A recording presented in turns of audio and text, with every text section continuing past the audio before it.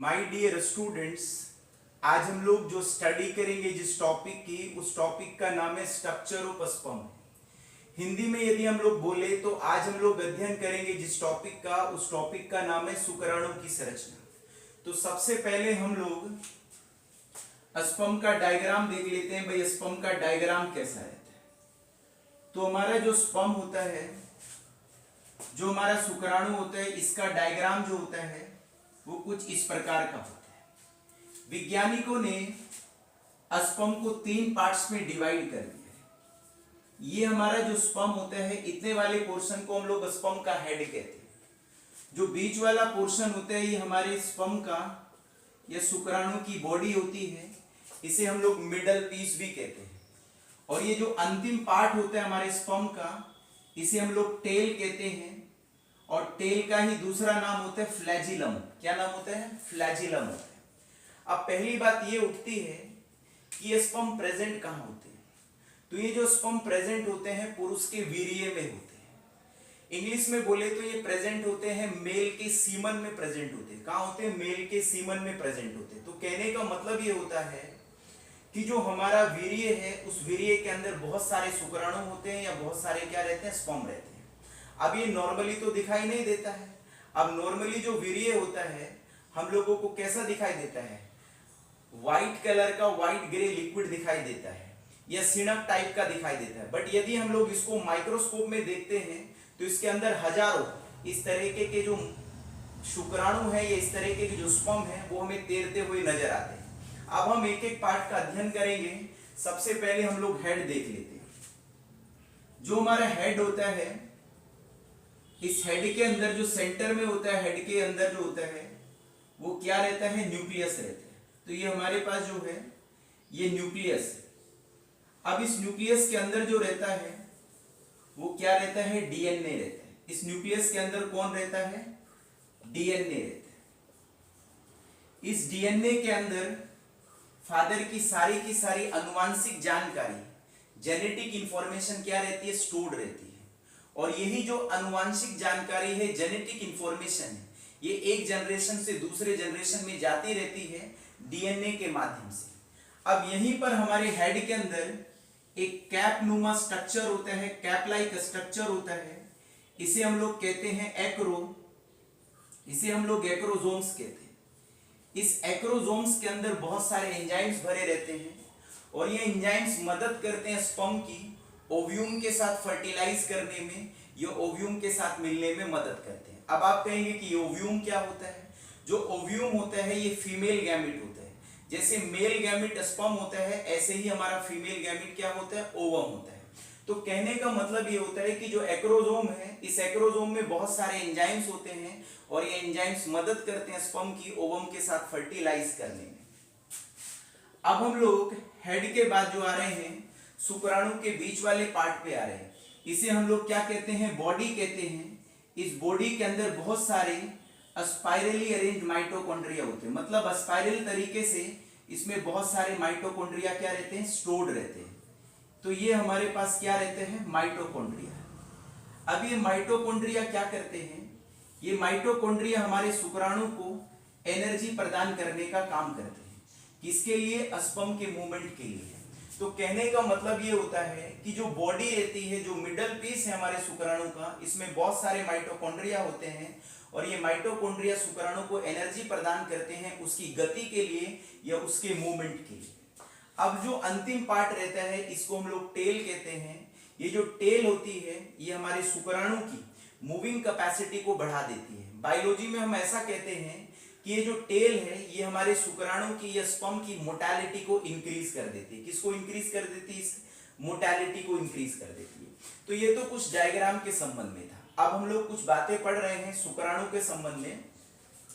अब पहली बात यदि हम लोग देखें तो जो हमारे पास जो स्पर्म होता है, जो शुक्राणु होता है, इसके यदि हम साइज की बात करें तो शुक्राणु का जो साइज होता है वो 50 से लगा करके 65 माइक्रोन मीटर का होता है। 50 से लगा करके जो 65 माइक्रोन मीटर का जो साइज होता है ये बहुत छोटा साइज होता है। इसे नॉर्मल आंख से नहीं देखा जा सकता है। यदि हम लोगों को इसे देखना है तो इसके लिए हमें जरूरत पड़ती है माइक्रोस्कोप की पड़ती है।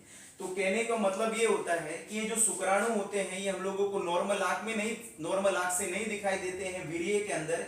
इन्हें देखने के लिए हमें क्या चाहिए, सूक्ष्मदर्शी चाहिए, इंग्लिश में बोले तो हम लोगों को क्या चाहिए, माइक्रोस्कोप चाहिए। अब दूसरी बात यदि हम लोग बातचीत करें तो लाइफ स्पान की बात करें। एक शुक्राणु का जो लाइफ स्पान होता है फीमेल के जेनाइटल ट्रैक्ट में या फीमेल के जनन अंगों में वो लगभग 2 से 3 दिन का होता है। मतलब जो है फीमेल के जनन अंगों के अंदर ये 2 से 3 दिन तक जिंदा रह जाते हैं। फीमेल के जेनाइटल ट्रैक्ट के अंदर जो शुक्राणु है, जो स्पर्म है, वो 2 से 3 दिन तक सरवाइव कर सकते हैं। कुछ केसेस में ऑब्जर्व किया गया है कि ये 5 दिन तक भी सरवाइव कर जाता है। मतलब ये 5 दिन तक भी फीमेल के जेनाइटल ट्रैक्ट में जिंदा रह सकते हैं।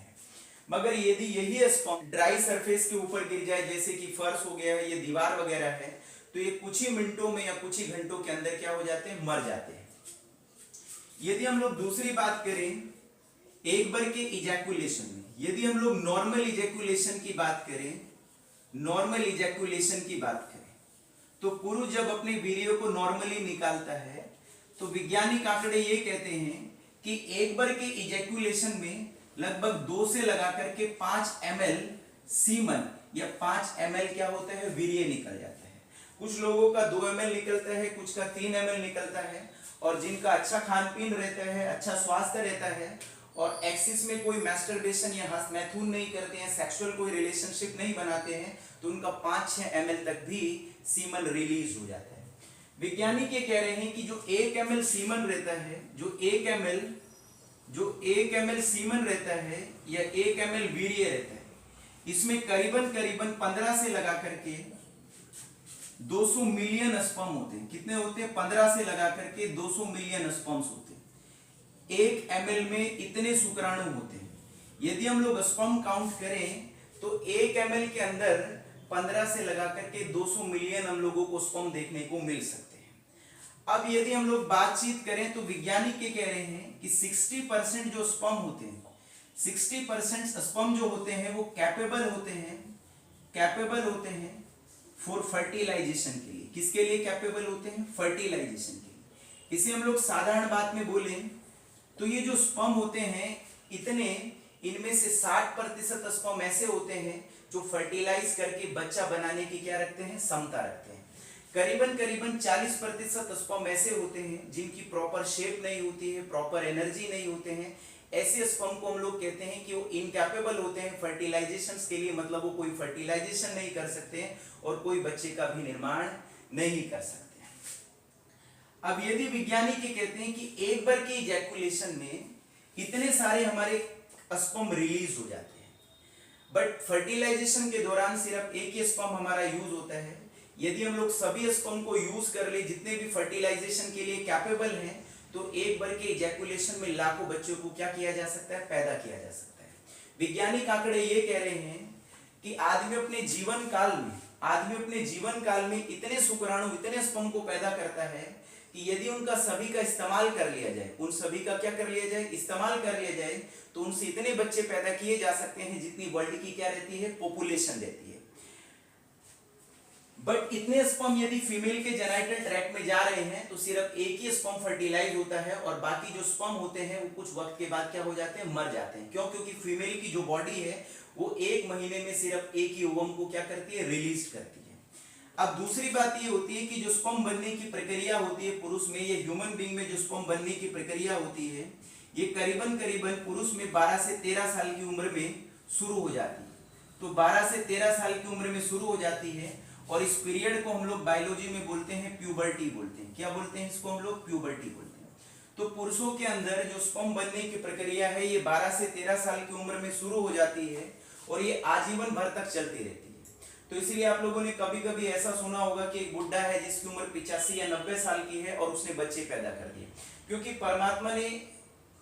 परमात्मा ने आदमी को इस तरह से बनाया है कि उसमें जो स्पर्म बनने की प्रक्रिया है ये 12 से 13 साल की उम्र में शुरू हो जाएगी और ये थ्रू आउट द लाइफ जो है, पूरे जीवन भर तक ये लगातार कंटिन्यू चलती रहती है। जिसका स्वास्थ्य अच्छा है, उसका खान पीन अच्छा है और उसका जो मेटाबॉलिज्म है वो भी एकदम फिट एंड फाइन है। अब हम लोग यदि और कुछ बातचीत करें स्पर्म के संबंध में, तो हम लोग बातचीत ये कर सकते हैं स्पर्म के संबंध में कि हमारे जो स्पर्म होते हैं, यदि हम लोगों को इन स्पर्म को स्टोर करना होता है, यदि हम लोगों को इन स्पर्म को स्टोर करना है फ्यूचर के लिए, तो वैज्ञानिक ये कह रहे हैं कि हम लोग स्पर्म को भी स्टोर कर सकते हैं फ्यूचर के लिए। वो किसमें करते हैं? लिक्विड नाइट्रोजन में करते हैं। किसमें करते हैं? याद रखना, स्पर्म को लिक्विड नाइट्रोजन में करते हैं। तो स्पर्म को हम लोग स्टोर करते हैं लिक्विड नाइट्रोजन में करते हैं। और कितने पे करते हैं? -196 डिग्री सेल्सियस पे हम लोग इनको स्टोर करके रखते हैं। जब हम लोग स्पर्म को स्टोर करते हैं लिक्विड नाइट्रोजन में -196 डिग्री सेल्सियस पे, तो इन्हें हम लोग फ्रोजन स्पर्म कहते हैं। क्या कहते हैं इनको? हम लोग फ्रोजन स्पर्म कहते हैं या फ्रीज स्पर्म कहते हैं। और इस कंडीशन पे हमारे जो स्पर्म होते हैं उनकी जो बायोलॉजिकल एक्टिविटी होती है वो पूरी की पूरी स्टॉप हो जाती है। और यदि फ्यूचर में हम लोगों को इनको इस्तेमाल करना होता है तो फ्यूचर में हम लोग इनको क्या कर सकते हैं? इस्तेमाल कर सकते हैं। तो ये कुछ बातें थी शुक्राणु के संबंध में, स्पर्म के संबंध में। आज के लिए इतना ही, धन्यवाद।